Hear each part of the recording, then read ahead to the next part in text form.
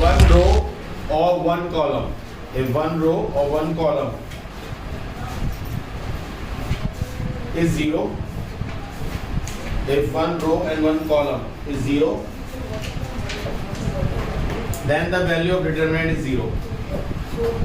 Then the value of determinant is zero. मतलब अगर ये लिखा हुआ है, देखो सर, एक रो जीरो है, तो हम क्या करेंगे, उसी रो के अलावा एक्सपेंड कर डालेंगे। मान लो यहाँ पे ये है और ये दो जीरो है, तो हम इस कॉलम के अलावा एक्सपेंड कर डालेंगे। मतलब अगर कोई भी रो या कोई भी कॉलम क्या हो, जीरो हो, तो डिटरमिनेंट की वैल्यू क्या होती है, जीरो। क्लियर है? दूसरी प्रॉपर्टी लिखो, सेकंड प्रॉपर्टी लिखो फटाफट। सेकंड प्रॉपर्टी लिखिए, if row interchange into column or column change interchange into rows. If row, second property is rows change into column, interchange into column or column interchange into rows, यानी इसे क्या बोल, इस word को क्या बोलते हैं, ट्रांसपोज। मैट्रिक्स में हम लोग सीखेंगे इस वर्ड को क्या बोलते हैं, ट्रांसपोज। ब्रैकेट में चाहो तो ट्रांसपोज लिख सकते हो, ठीक है। The value of determinant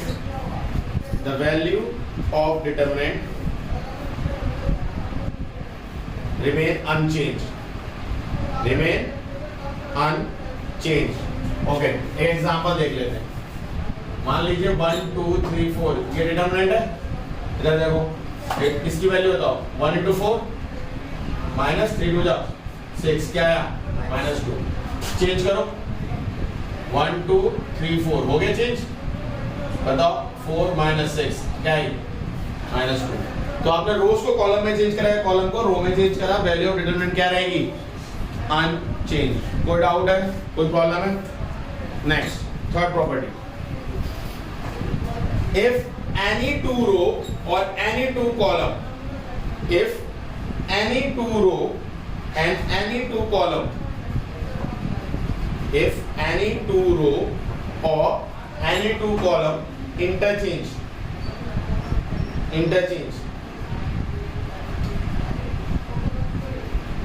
then the value became negative, then the value become negative, ठीक है, समझ में आया? मतलब अब इसको आगे भेज दो, इसको पीछे ले आओ, तो करो 2 4 1 3, वैल्यू बताओ, 3 2 6 -4 क्या आया, 2। पहले क्या आया था, -2। आपने दो कॉलम को इंटरचेंज करा, पहले को आगे भेज दिया, आगे को पीछे भेज दिया, तो ये क्या हो जाएगी, वैल्यू क्या हो जाएगी, नेगेटिव। जो भी पहले थी उसकी वैल्यू क्या होगी। तो इसको हम ऐसी जगह पे यूज करते हैं, ABCD XYZ PQR। मान लो हमने इस दोनों को चेंज करा, तो ये क्या हो गया, A B B Y Q A X P C Z R ऐसे ही है। तो ये अगर डेल्टा था तो ये माइनस डेल्टा हो गया, यानी इसकी वैल्यू अगर K थी तो ये माइनस K हो गई। समझ में आया? और फिर इन दोनों को आपस में इंटरचेंज कर दो, क्योंकि अभी जरूरत पड़ेगी, हमें ये प्रॉपर्टीज करेंगे। अगर इन दोनों को आपस में फिर से इंटरचेंज करेंगे, B Y Z ऐसे, C Z R A X P, हमने पूरा चेंज कर दिया आगे पीछे, तो दोबारा से वैल्यू क्या होंगे, K। क्लियर है या नहीं है? ये हमें यूज पड़ेगा, इसलिए प्रॉपर्टी बता रहा हूँ कि आपने क्या करा, पहले एक बार इंटरचेंज करा तो वैल्यू क्या हो गई, नेगेटिव। आपने दोबारा इंटरचेंज करा, वैल्यू क्या हो गई, दोबारा से negative. Next theorem, next property लिखो फटाफट। If any two row and column, if any two row and column, if any two row and column, if any two row and column are identical, then the value of determinant, then the value of determinant is 0, then the value of determinant is 0।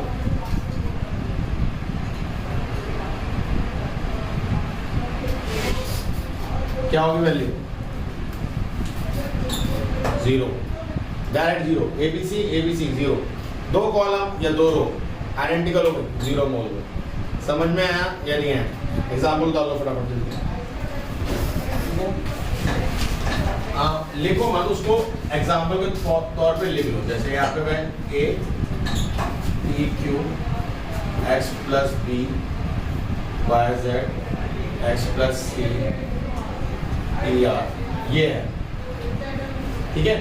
तो इसको हम क्या लिख सकते हैं, दो determinant में तोड़ देंगे, x x x p q y z t r plus x a b c p q y z t r। समझ में आया नहीं है कि मतलब अगर ये दो चीज प्लस में है तो फर्स्ट कॉलम को लेके फर्स्ट मैट्रिक्स को डिटरमिनेंट बना दो, दो column as it is, second को लेके सेकंड बना दो, दो कॉलम एज इट इज।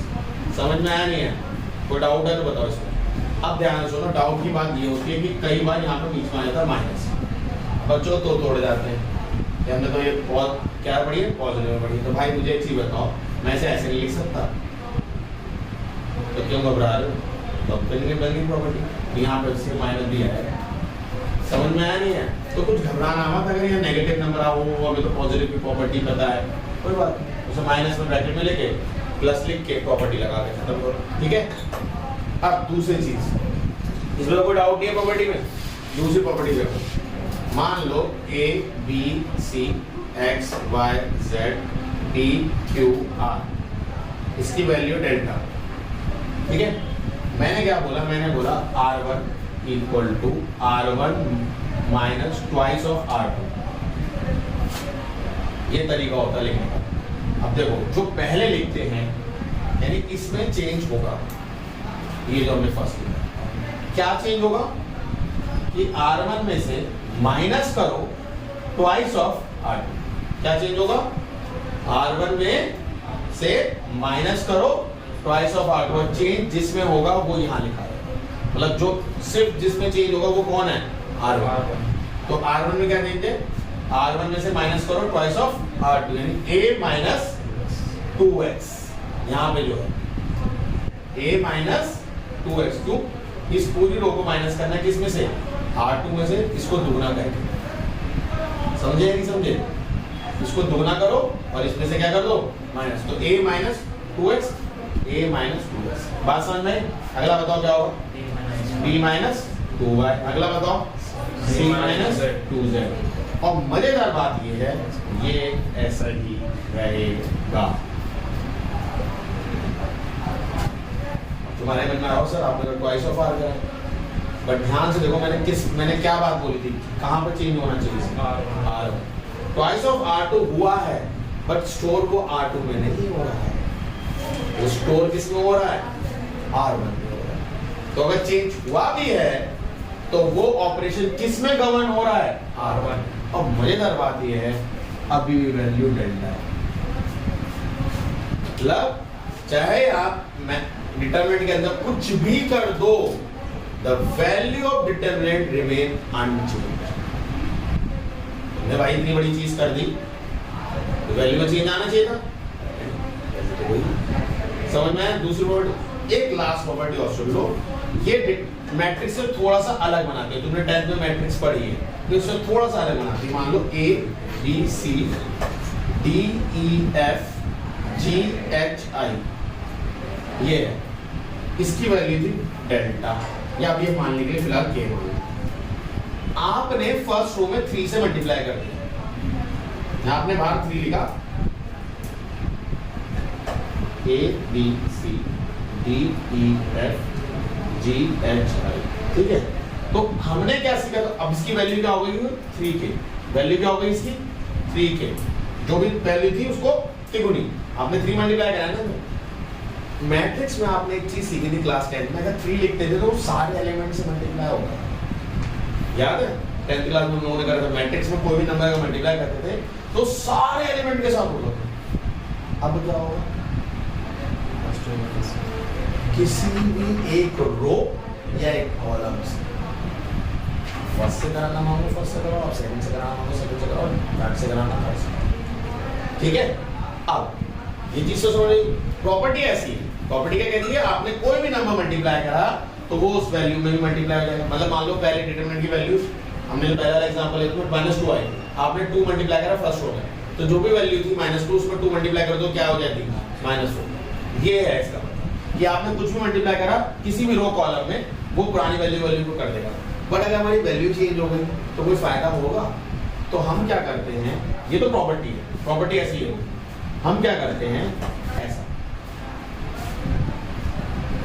मैंने 3 से मल्टीप्लाई भी करा डिवाइड भी करा। अब जो मेरा मल्टीप्लाई है, क्योंकि जब आप थोड़ी प्रैक्टिस ज्यादा करने लग जाओगे आप ये मल्टीप्लाई ज्यादा ऐड करोगे, डिवाइड तो बाहर लिखोगे बट जो मल्टीप्लाई है 3 का आपको खुद दिखने लग जाएगा कि वो मल्टीप्लाई फर्स्ट रो में करना है या फर्स्ट कॉलम में करना है। समझ में आया? ये नहीं है। अभी मैं क्वेश्चन दिखाऊंगा, अभी देखेंगे उसमें। तो अभी पहले बताओ इतनी बात क्लियर हुई? थोड़ा थोड़ा लग रहा होगा अजीब सा कुछ है, क्या है कि अब देखो ना, इमेजिन करो ये चीज ऐसी थी 3 के ऐसा था, जब ये 3 यहाँ से उठ के आएगा तो ये डिटरमिनेंट के बाहर नीचे ही तो आएगा डिवाइड में। तो मैंने क्या बोला कि किसी भी वैल्यू को, मैथ्स का तो ये रूल है, कोई भी चीज आप मल्टीप्लाई करते हो अगर उसी वक्त आप उसमें कुछ वही वैल्यू डिवाइड कर दो तो वैल्यू रिमेन अनचेंज्ड। क्लियर है?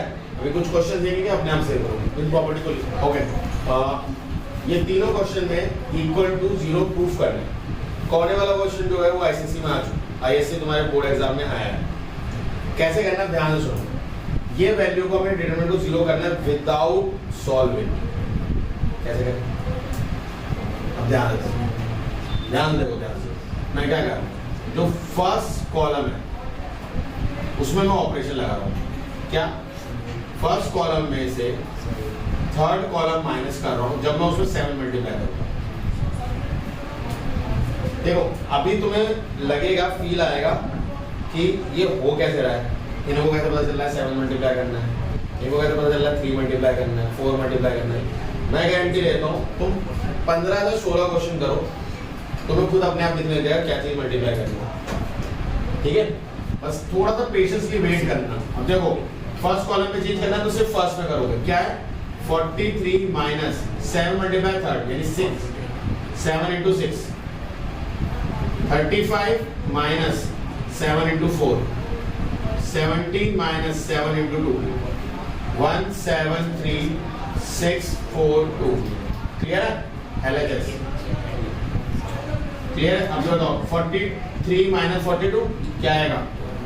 1, 35 माइनस 28 7, 70 माइनस 14 173,642। अब कौन सी प्रॉपर्टी लगाओगे? C1 and C2 are identical, तो वैल्यू ऑफ डिटरमिनेंट क्या होगा? 0 इक्वल टू RHS। कोई से भी लगाओ ना, ऐसे चल जाएगा, कोई से भी लगा दो, दूसरी अच्छी लग रही है लगाओ, दुल्हन जैसी लग रही है। अगला बताओ, सोचो, थोड़ा दिमाग लगाओ, क्या होना चाहिए? सोचो थोड़ा तो दिमाग लगाओ यार। कुछ मल्टीप्लाई है, कुछ कॉमन, ऐसा कुछ लग रहा है फील कि कुछ कॉमन आ रहा है। अच्छा सेकंड कॉलम में क्या कॉमन है? ये कॉमन है। और थर्ड कॉलम में 3, मतलब 4 को 3 से कॉमन ले लेगा भाई साहब। ऐसे कॉलम नहीं होते, कॉलम ऐसे ही होते हैं खड़े खड़े। Taking 3 common from C2 and 4 common from C3, तो ऊपर बाहर आया 3 और 4, तो टोटल क्या हो जाएगा? 12। ठीक है, 9 1 1, 3 कॉमन चला गया 3 माइनस 1 3, फिर 3 माइनस 1 3, क्या लिखोगे? C2 and C3 are identical, तो वैल्यू क्या आई? Determinant of value 0। ठीक है, नेक्स्ट वाले का बताओ क्या होगा? क्या मल्टीप्लाई मारोगे? देखो ध्यान से, अगर मैं फर्स्ट रो में A मल्टीप्लाई मार दूं तो क्योंकि A की कमी है इसमें, और यहाँ पे B और यहाँ पे C, तो अब ध्यान देखो A B C, मैं ABC मल्टीप्लाई मार रहा हूँ, A ऊपर B इधर C नीचे, तो मतलब A B C की मल्टीप्लाई हो रही है। मैंने क्या बताया था? जो भी नंबर मल्टीप्लाई होगा वो या तो एक रो में होगा या वो एक कॉलम। हम क्या कर रहे हैं, ए को फर्स्ट रो में कर रहे हैं, बी को सेकंड रो में कर रहे हैं, सी को थर्ड में, एम ही कर रहे हैं। लगी क्या लगी, ए बी सी ऐसे मल्टीप्लाई करोगे, डिवाइड भी करना पड़ेगा। तो 1 अपॉन ए बी सी, ए को मल्टीप्लाई करा तो a into 1 upon A square A B C, B into 1 upon B square A B C, ये हो जाएगा ना। c into 1 upon C square A B C. कोई डाउट है? Taking A B C common from C3, तो A B C common लिया C3 में से, पहले से ए बी सी नीचे पड़ा हुआ था, ये क्या आएगा 1 1 1 ए square B square C square, ये भी क्या है 1 1 1 C1 C3, इसे काट दो यार, C1 C3 आर आइडेंटिकल, तो डिटरमिनेंट की वैल्यू क्या आई 0। कोई डाउट है तो बताओ।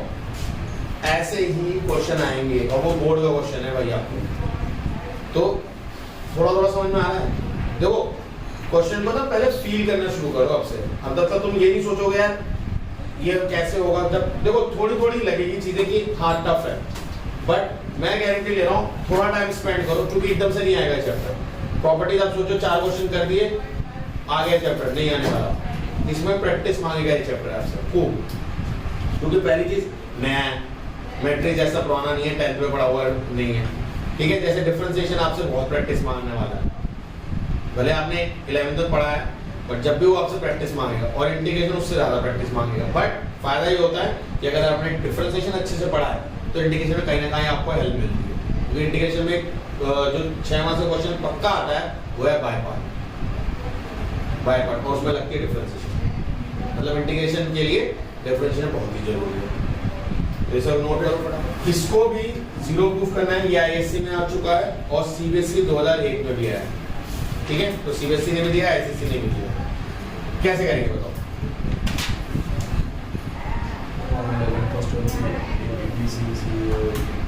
कॉमन बी सी नहीं आ सकता क्योंकि वो प्लस में है, और अगर हम यहाँ से लोगे तो यहाँ पे सी नहीं है, ध्यान दो। क्या करें, एक काम करते हैं, सुनो सुनो, बी सी है, ए और आ जाएगा तो ए बी सी हो जाएगा, यहाँ पे ए बी सी हो जाएगा और यहाँ पे सी, तो मैं A B C column common ले सकता हूँ कॉलम में से। ऐसे छोटे छोटे ट्रिक्स सोचो, समझ में आए?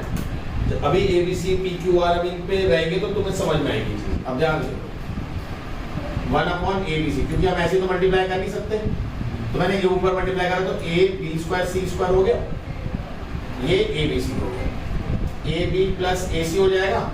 ये चीज समझ में आएगी, मैंने ए ऊपर मल्टीप्लाई करा तो A B square C square, A B C A B plus A C, clear है?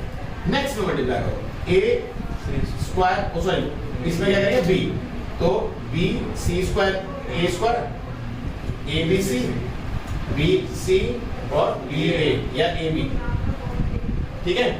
नेक्स्ट में क्या मल्टीप्लाई करना, C C A square B square, फिर से A B C A C plus B सी।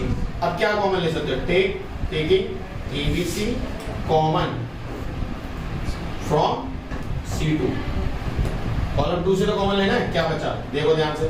अच्छा कॉलम कॉमन 1 से भी तो कॉमन ले सकते हैं, देखो ध्यान से, ए बी सी भाई ज्यादा पावर है, कॉमन तो आ सकता है, तो C1 भी ले लो। तो ए बी सी पहले से भी आया, ए बी सी दूसरे से भी आया, बाहर ए बी सी डिनोमिनेटर में पड़ा, एक से एक काट दूं, इधर से ए बी सी कॉमन चला गया, क्या बी सी, यहाँ से ए बी सी कॉमन चला गया, C A B, very good. A B C पूरा गया 1 1 1, A B plus A C, B C plus A B, A C plus B C. अब बताओ क्या करें,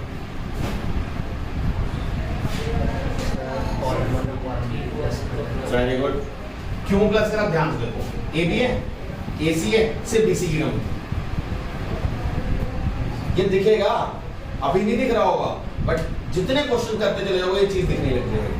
भाई देखो ए बी है, ए सी, तुम देखो ना A B C 3 number imagine करो, ए बी का मल्टीप्लाई है B C plus C A, सबका प्लस है, ए बी है, ए सी है, ए बी सी नहीं है, वो ये बी सी है, ए बी है, ए सी नहीं, वो ये ए सी है, बी सी है, ए बी नहीं, वो ये दिख रहा है? और अगर मैं इसको जोड़ दूंगा तो A B plus B C plus A C मिल जाएगा, तो कर देते हैं। तो C1 प्लस C3, बट किस में हो रही है प्रॉपर्टी? C3 वो किस में रही है? C3 में। करो भैया फटाफट। अब बाहर क्या बचा है? ABC बचा है। अंदर क्या बचा? BC यहीं लिखो, CA यहीं लिखो, AB यहीं लिखो। क्या बचा? 1 1 1 AB plus AC plus BC, AB plus AC plus BC, यही आएगा ना। और फिर क्या बोल दोगे? इसको कॉमन ले लो तो क्या आएगा? AB plus BC plus AC, common क्या जाएगा? BC CA AB 1 1 1 1 1 1, और क्या लिखने वाले हो? C2 and C3 are identical. तो क्या बोलोगे? डिटरमिनेंट की वैल्यू 0। और 0 मल्टीप्लाई एनीथिंग क्या होता है? 0। समझ में आया नहीं है? कॉपी करो। और प्लीज डायरेक्ट सॉल्व करने जाओगे तो शायद बहुत मुश्किल पड़ेगा। अगर इस वाले को जब भी आपको दिख रहा होगा कि हाँ क्या करना है, इसके लिए बड़ा मुश्किल है जब तक आप इसमें लॉग की प्रॉपर्टी नहीं लगाते। आप ध्यान से देखो, ये मानिए इसको मैं ऐसे लिख सकता हूँ log y base e upon log x, और बेस e हम लिखते नहीं। लॉग की प्रॉपर्टी होती है कि जो log होता है उसे ऊपर लिख दो, जो बेस है उसे नीचे लिख दो, और दोनों का बेस क्या कर दो? Same e। तो मैंने वो लिखा ही नहीं, e tan कुछ भी जो करना है। फिर ये भी ऐसे कर दो log z upon log x। इतनी बात समझ में? बताओ ये क्या हो जाएगा? log x upon log y 1, log z upon log y upon log x upon log z log y upon log z 1। क्या देखा? पहले रो को देखो क्या दिख रहा है? log x नीचे है तो डिवाइड ना मारो, मल्टीप्लाई मार दो, तो log x से कट जाएगा, log x कट जाएगा, log x क्या मल्टीप्लाई हो जाएगा? इसमें क्या दिख रहा है डिनोमिनेटर? तो मैं क्या लिख रहा हूँ? Multiply and divide log x dot log y dot log z, और log x किस में करा है आपने? इन R1। log y किस में कर रहे हो? R2, और log z किस में करोगे? R3। ध्यान से देखो, 1 upon log x log y log z। जब इसमें log x मल्टीप्लाई करो, log x into 1 log x इससे मल्टीप्लाई करोगे log x से log x कट जाएगा, सिर्फ log y log z। अगला log x ही बचेगा ना, क्योंकि log y से log y कट जाएगा। अगला क्या मिला फिर? R1 R2 R3 R identical. तो डिटरमिनेंट की वैल्यू क्या है? समझे? वहां तो दिख ही रहा होगा क्या? R1 plus R2 R1 equals to R1 plus R2। अब देखना चालू हुआ धीरे धीरे। कभी बार ऐसी भी किस्मत होती है, ये भी ऐसे क्वेश्चन है, अपने भी होता है ऐसे आते हैं ऐसा भी होता है। तो कभी बार होती है किस्मत कि ऐसा भी क्वेश्चन आता है। तो x1 y और z, x plus y plus z, x plus y plus z। और पहले बता रहा हूँ, मैं जैसे बोर्ड की कमी की तरीके से कर रहा हूँ, तुम पेपर में कमी की तरीके से मत करना कि मतलब लेफ्ट भी चल रहा है पेपर में, राइट भी चल रहा है, एक सीक्वेंस में नीचे में नीचे चलोगे बोर्ड एग्जाम में। ठीक है, आपने उसकी फीस भर दी है, खूब वसूलना। क्या है? Taking common x plus Y plus Z, x plus Y plus Z common आया, क्या बचा? 1 1 1 जेड एक्स वाई 1 1 1। क्या लिखोगे? अगले तो बता दो, R1 है, R3 R आइडेंटिकल। करो करो करो। क्या करें? फर्स्ट प्रॉपर्टी हमने पढ़ी थी कि प्लस में होता है तो अलग अलग दो डिटरमिनेंट स्प्लिट कर लो। 3x 2x x 4x 3x 3x 5x 4x 6x। कोई doubt? Plus y 3y 6y 2x 3x 4x x 3x 6x। कोई डाउट? ऊपर x1 कॉमन x x, तो taking x common in all 3 rows, R1 R2 R3, तो क्या आएगा? X cube 3 2 1 4 3 3 5 4 6 plus इसमें क्या common आ रहा है? Taking y in C1 and x in C2 C3, ठीक है ना? क्या आएगा? बाहर क्या आएगा? x स्क्वायर बाय 1 3 6 2 3 4 1 3 6 क्या दिख रहा है? C1 and C3 are identical, तो x स्क्वायर बाय 0 प्लस इसमें क्या करें बताओ? x क्यूब चाहिए ना, तो एक हिंट जान लो, इसकी वैल्यू बनाइए। आपको सिर्फ x क्यूब चाहिए था ना, वो आपको मिल चुका है, तो इसकी वैल्यू क्या आएगी? 1। अब क्वेश्चन में कई बार लिखा होगा विदाउट यूजिंग एक्सपेंडिंग, बट जब लास्ट में तुम आगे ऐसे बन जाते हो तो तुम एक्सपेंड कर सकते हो, ठीक है? या तो चाहो तो एक जगह 0 बना दो, ठीक है? एक 0 बनाने की कोशिश करना, 2 मल्टीप्लाई करके इससे माइनस कर दो, या इसमें से इसे माइनस करोगे तो ये 0 बन जाएगा, इसमें से इसे माइनस करोगे तो ये 0 बन जाएगा। तो आपकी चॉइस है, आप कुछ भी कर सकते हो, ठीक है? आप माइनस का करना चाहो माइनस का कर लो, मतलब मान लो C1 में से C2 माइनस करो, 2 - 1 1 आएगा, 3 - 3 0 आ जाएगा, 4 - 2 -2 आ जाएगा, फिर एक्सपेंड कर दो। बेटर है नहीं एक्सपेंड कर दो, एक्सपेंड अलोंग किसके बताओ? कौन से कॉलम में करें? First row, first column, first row, किसमें करो? R1 चलो x क्यूब 3 रो कॉलम छोड़ो, 3 × 6 18 माइनस 12 माइनस 2, पता है ना क्यों आया -2? प्लस माइनस प्लस, तो 2 4 6 24 माइनस 15 प्लस 1 16 माइनस 15, और हमें पता है सबकी वैल्यू 1 आनी चाहिए, क्योंकि हमारा आंसर मिल चुका है हमें पहले। अगर 1 नहीं आया तो इसका मतलब समझ जाओ कहीं ना कहीं गड़बड़ कर दिया। एक्स क्यूब की कितना आएगा? 3 कितना है? 6 माइनस 9 आ गया ना, ये कितना है? X cube 18 minus 18 plus 1,